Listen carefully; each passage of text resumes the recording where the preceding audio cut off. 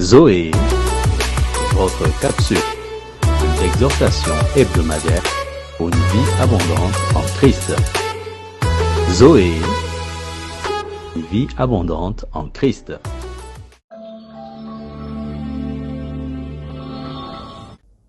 Bonjour la famille, c'est encore une joie pour nous de vous retrouver. C'est Joël et Emmanuel de Family First. Que la paix et la grâce de Dieu soient avec vous.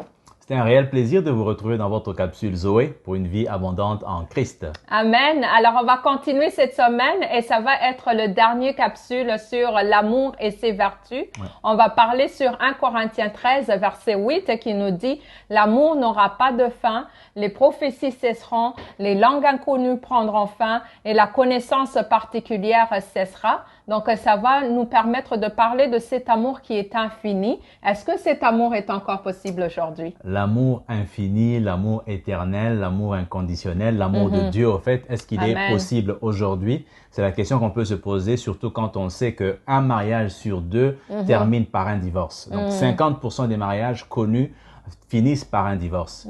Donc, ça veut dire quoi? Ça veut dire que l'homme a besoin de l'amour divin. Amen. Les mariages aujourd'hui ont besoin de l'amour de Dieu. Les familles ont besoin d'avoir l'amour de Jésus-Christ. Amen. Parce que sans l'amour de Jésus, tout va mal. Alors, aujourd'hui, qu'est-ce qu'on peut dire? On peut dire qu'il faut découvrir cet amour avant de pouvoir penser qu'on pourrait avoir cet amour infini dans le mariage ou dans la famille. Amen. Donc, c'est vraiment cet amour qui est l'amour de Dieu, l'amour de Jésus-Christ. C'est un amour qui est inconditionnel, qui est constant, qui est permanent et éternel. Éphésiens 3, verset 18 qui dit « Vous serez ainsi à même de comprendre avec tous ceux qui font partie du peuple saint combien l'amour de Christ est large, long, élevé et profond. » Donc, nous allons parler justement comment peut-on avoir cet amour divin, cet amour éternel envers notre conjoint au sein de la famille. C'est un amour qui, je dirais, surnaturel.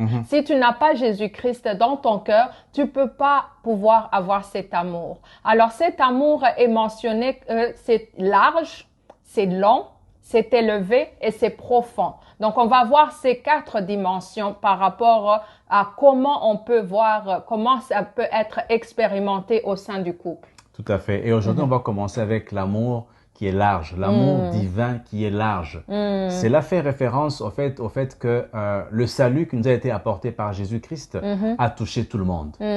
Car Dieu a tant aimé le monde qu'il a donné son Fils Jésus-Christ afin que quiconque croit en lui ne meure pas mais puisse avoir la vie éternelle. Jean 3,16, c'est un verset connu de tout le monde. Qu'est-ce que ça veut dire quiconque? C'est-à-dire que toi et moi, nous avons cette opportunité de pouvoir accepter Jésus et d'avoir l'amour de Dieu en nous. Amen. Ça veut dire que les Chinois, les Asiatiques, les Indiens, les Arabes, les musulmans, tout le monde fait partie de ce plan merveilleux de Dieu d'être sauvé à travers le sacrifice à la croix de Jésus-Christ de Nazareth.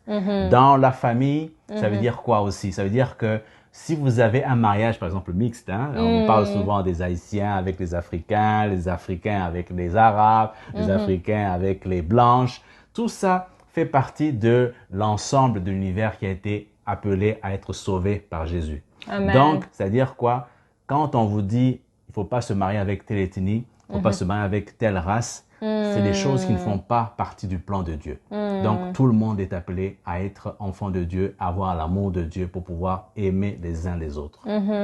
Donc, on peut dire aussi par rapport à l'amour qui se manifeste dans la longueur de cet amour divin. Ça veut dire c'est cet amour qui va jusqu'à l'éternité. L'amour de Dieu, il nous a tant aimés.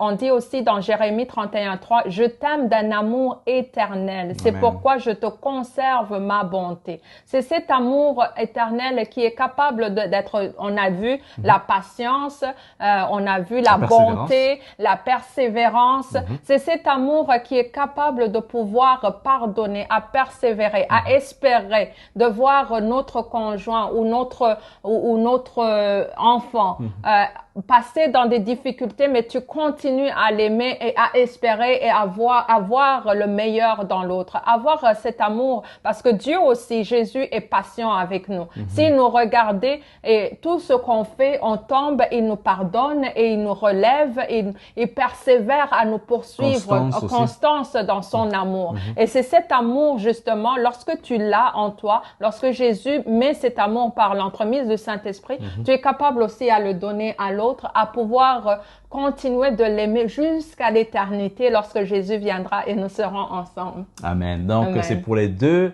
caractéristiques de l'amour, les deux dimensions de l'amour divin que nous devons apprendre aujourd'hui. Nous allons continuer avec les deux autres dimensions de l'amour la semaine prochaine. Entre-temps, portez-vous bien et que le Seigneur vous bénisse. Le Seigneur vous aime, comme aime bien le dire Joël. Jésus vous aime encore plus. On vous aime beaucoup aussi. Bye. Soyez bénis. Au revoir.